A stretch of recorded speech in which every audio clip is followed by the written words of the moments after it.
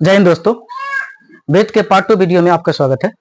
देखिए, वेद का part 2 video हम लेके आए हैं आपके सामने। हम लिखे हैं इसमें आज का टॉपिक क्या क्या डाले हैं देखिएगा। वेद का जीवा के बारे में आज पढ़ेंगे, वेद के चाप के बारे में आज पढ़ेंगे, वेद खंड के बारे में पढ़ेंगे, तेज खंड के बारे में पढ़ेंगे। एक बार सबका अंग्रेजी नेम भी जान लेते हैं। वेद को जहां तक सर्कल बोलते हैं आप लोग को पता ही होगा। वेद का जीवा को बोलते हैं कॉर्ड। उसके बाद वेद के चाप को बोलते हैं आर्क। वृत्त खंड को बोलते हैं सेगमेंट ऑफ सर्कल। त्रिज्य खंड को बोलते हैं सेक्टर ऑफ सर्कल। ठीक है, तो इन्हीं चार बातों को आज हम अच्छे से जानने का कोशिश करेंगे। ठीक है, तो आप वीडियो को लगातार देखते रहिए, एंड तक देखिए तो आपको बहुत कुछ समझ में आएगा। और आपको मेरी तरफ से दिए गए जानकारी अच्छा लगे तो वीडियो को दबा के शेयर करिए। ठीक है, तो आगे हम टाइम को न गवाते हुए आगे हम बढ़ते हैं, देखते हैं आगे हम अपने टॉपिक को कि पहले वृत्त का जीवा क्या होता है। तो इसके लिए पहले हम एक वृत्त बना लेते हैं। मान लेते हैं कि एक वृत्त है और इसके सेंटर में एक केंद्र, जिसको सेंटर बोलते हैं, केंद्र को ही सेंटर बोलते हैं। अब यहाँ पे देख लीजिए, हमने समझाया था पहले पार्ट 1 वीडियो में कि त्रिज्या क्या होता है। तो केंद्र से होकर जाने वाली जो एक रेखाखंड होता है, ठीक है, वृत्त के किसी भी बिंदु तक, वृत्त के केंद्र से जाने वाली रेखाखंड को त्रिज्या कहते हैं। ठीक है, अब आज आपको समझाएंगे ना हम वृत्त के केंद्र से कोई बात करेंगे, वृत्त के केंद्र के अतिरिक्त, वृत्त के केंद्र के अलावा जो अगर कोई वृत्त के अंदर में कोई रेखाखंड खींचा हो और वृत्त को दो भागों पे प्रतिच्छेद कर रहा हो। ये दिख रहा है ना, ऐसे भी हो सकता है, ऐसे भी हो सकता है, ऐसे भी हो सकता है, ऐसे भी हो सकता है, ये सब दिख रहा है ना। अब मान लेते एक जो है ये भी हो रहा है, ये एक केंद्र से भी होके जा रहा है। तो यहाँ पे देख रहे हैं ये सब जो दिख रहे हैं, वृत्त के केंद्र के अतिरिक्त जितने भी ये रेखाखंड है जो वृत्त को दो बिंदुओं पर प्रतिच्छेद कर रहा है, तो ऐसे ये सभी रेखा क्या है, वृत्त का जीवा है। यही सब वृत्त का जीवा है। लेकिन अगर देखा जाए जीवा के बारे में, तो जीवा में छोटा बड़ा भी दिखाई दे रहा है, जीवा में छोटा बड़ा भी दिखाई दे रहा है। तो यहाँ पे देख रहे हैं ये जीवा, लेकिन इसमें जो केंद्र से होकर जाने वाले जो जीवा है सबसे बड़ी जीवा है, इसी जीवा का नाम व्यास है। वृत्त के केंद्र से होकर जाने वाली जो सबसे बड़ी जीवा दिख रहा है, इसमें सबसे बड़ा कौन होगा, जो वृत्त के केंद्र से होकर जाएगा वही सबसे बड़ा जीवा होगा, और वही से उसी जीवा का नाम व्यास भी होता है। ज्यादा फेमस है व्यास से। लेकिन जीवा स्पेशल वृत्त के केंद्र के अतिरिक्त जितने भी वृत्त को दो बिंदुओं पर प्रतिच्छेद करने वाली रेखाखंड होती है वही वृत्त का जीवा होता है।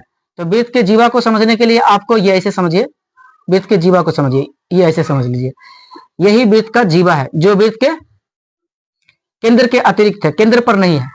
और जो केंद्र से होकर जाएगा उस जीवा को क्या बोलेंगे, व्यास बोलेंगे, जीवा नहीं बोलेंगे, व्यास बोलेंगे। बाकी वृत्त के केंद्र के अलावा किधर से भी कुछ भी खींचा रहा है, ये ऐसे खींचा हो, ये सब जो क्या है, वृत्त का जीवा है। बात समझ में आ रहा होगा। वृत्त के जीवा को समझना बहुत आसान है, आप लोग भी समझ गए होंगे फिगर के अनुसार।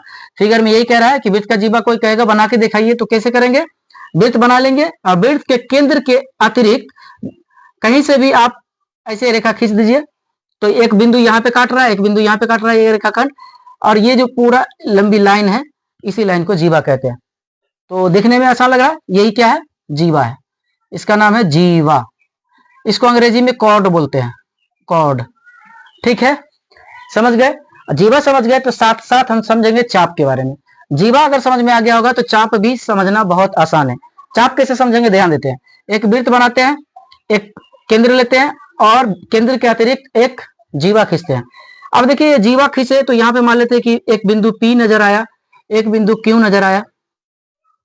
ठीक है, ये P और Q जो है, ये PQ को हम बोलेंगे, साइड में लिख देते हैं, PQ को क्या बोलेंगे, जीवा बोलेंगे।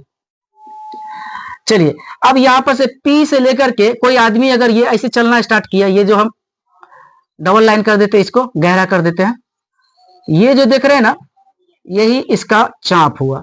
इस चाप का नाम अगर यहाँ पे O लिख देते हैं तो POQ दिख रहा है, POQ, इसको बोलेंगे हम चाप। इसी को बोलते हैं आर्क। क्या बोलेंगे, आर्क, ARC, आर्क। अब इस चाप को जो है शॉर्टकट में कैसे लिखते हैं, शॉर्टकट में लिखने के लिए यहाँ पे देखिए टोपी की तरह चढ़ा देते हैं, तो चाप POQ पढ़ेंगे इसको। ठीक है, तो यही चाप हुआ, ये जो दिख रहे हैं ये चाप हुआ। तो चाप जो होगा वृत्त के बॉर्डर पे होगा, वो जीवा उसका आधार होगा। जीवा नहीं रहेगा तो चाप नहीं बनेगा। ठीक है, चाहे चाप में भी छोटा हो सकता है, बड़ा हो सकता है। तो ये छोटी चाप हुआ, इधर देखने में लग रहा है जैसे मान लेते हैं कि ये एक वृत्त है और यहाँ पे खींचे तो ये छोटा सा चाप दिख रहा है, ये तो जीवा हो गया। लेकिन यहाँ से लेके यहाँ तक की दूरी जो है, ये पूरा दूरी, इसका नाम मान लेते हैं ओ कर लेते हैं, इसका नाम पी कर लेते हैं, इसका नाम क्यू कर लेते हैं। तो पी ओ क्यू ऐसे जा रहा है ना, ये वाला मोटा लाइन, यही तो चाप है। अब इसको पीओ, चाप पीओ क्यू कर सकते हैं, चाप पीओ क्यू, चाप पीओ क्यू कर सकते हैं। अब यहाँ पे देखिएगा, चाप में भी छोटा चाप दिख रहा है यहाँ से यहाँ तक, और यही चाप एक और भी है, ये जो आया ये बच गया, ये भी तो चाप है।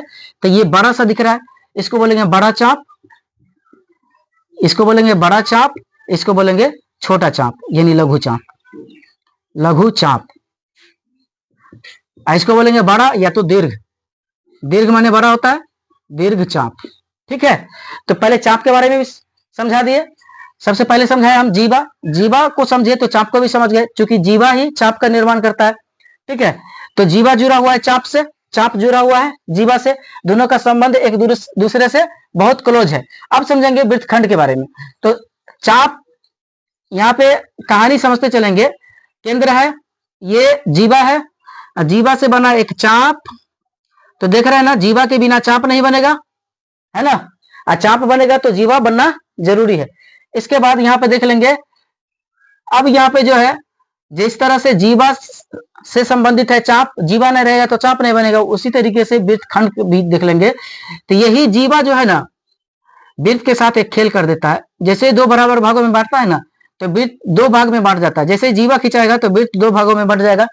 जैसे यहाँ व्यास खींचाया था, एक वीडियो में, पहले वीडियो में बतलाए थे कि अगर व्यास खींचो तो वृत्त को दो बराबर भागों में बांटता है व्यास। लेकिन जीवा जो है वृत्त को दो भागों में बांटता है, लेकिन ये शर्त नहीं है कि वो बराबर में होगा, कोई छोटा होगा। देखने से भी लग रहा है ये छोटा है ये बड़ा है, नहीं है। तो ये बड़े वाले भाग को बोलेंगे दीर्घ वृत्तखंड, दीर्घ वृत्तखंड। और ये छोटा वाला जो ये दिख रहा है जगह, इसको बोलेंगे लघु वृत्तखंड, इसको बोलेंगे लघु वृत्तखंड। तो ये समझना आसान हो गया। जीवा से बना है चाप, और यही जीवा के ही सहायता से बना है वृत्तखंड भी। यानी वृत्तखंड कहने का मतलब वृत्त का टुकड़ा। जीवा जो है वृत्त को टुकड़ा में बांट देता है, दो टुकड़ा में बांट देता है। एक छोटा टुकड़ा होता है, एक बड़ा टुकड़ा होता है।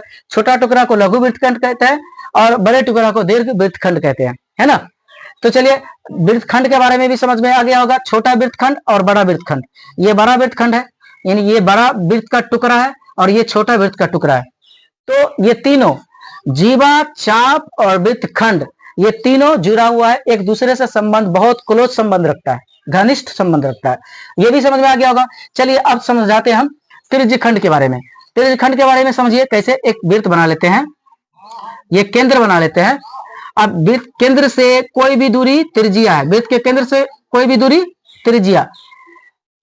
ठीक है, ये त्रिज्या मान लीजिए ओ है केंद्र, और ये पी और ये क्यू त्रिज्या, ओ क्यू और ओ पी ये क्या है, त्रिज्या है ना। और यहाँ पे जो देख रहे हैं, ये जो त्रिज्या से बना हुआ ये जो क्षेत्र है, ये त्रिज्या से जो बना हुआ क्षेत्र है, यही त्रिज्यखंड है, त्रिज्यखंड है। यानी त्रिज्या से खंडित किया हुआ वृत्त का टुकड़ा ही वृत्त त्रिज्यखंड कहलाता है। त्रिज्या से बना ही वृत्त का टुकड़ा त्रिज्यखंड कहलाएगा। त्रिज्या की सहायता से बना हुआ वृत्त का टुकड़ा वृत्त का खंड कहलाएगा, ध्यान रखिएगा। चलिए, तो यहाँ पे त्रिज्यखंड में एक क्या बनता है, कोण बनता है। त्रिज्यखंड में सेंटर पर एक कोण बनता है। ये पूरा 360 डिग्री है, तो ये कितना हो जाएगा। इस तरह से कोण का भी ज्ञात करना होता है, इसके लिए फॉर्मूला होता है। अगर त्रिज्यखंड का क्षेत्रफल ज्ञात करना होता है तो इसके लिए होता है पाई आर स्क्वायर थीटा बट्टा 360 डिग्री। थीटा का मान यहाँ पे दिया रहेगा, ठीक है। 360 डिग्री इसलिए क्योंकि केंद्रीय कोण 360 डिग्री होता है, उससे भाग दे देते हैं, तो हमारा त्रिज्यखंड का क्षेत्रफल निकल जाता है। आपको समझ में आ गया होगा त्रिज्यखंड के बारे में भी, उम्मीद करते हैं आप बेहतर समझ पाए होंगे त्रिज्यखंड के बारे में। हमने सभी टॉपिक को आसान भाषा में समझाने की कोशिश किया है। अगर आपको हमारा वीडियो बेहतर लगे, हमारी बात समझ में आ रहा हो, तो वीडियो को ज्यादा से ज्यादा शेयर करें अपने दोस्तों में, रिश्तेदारों में, ठीक है।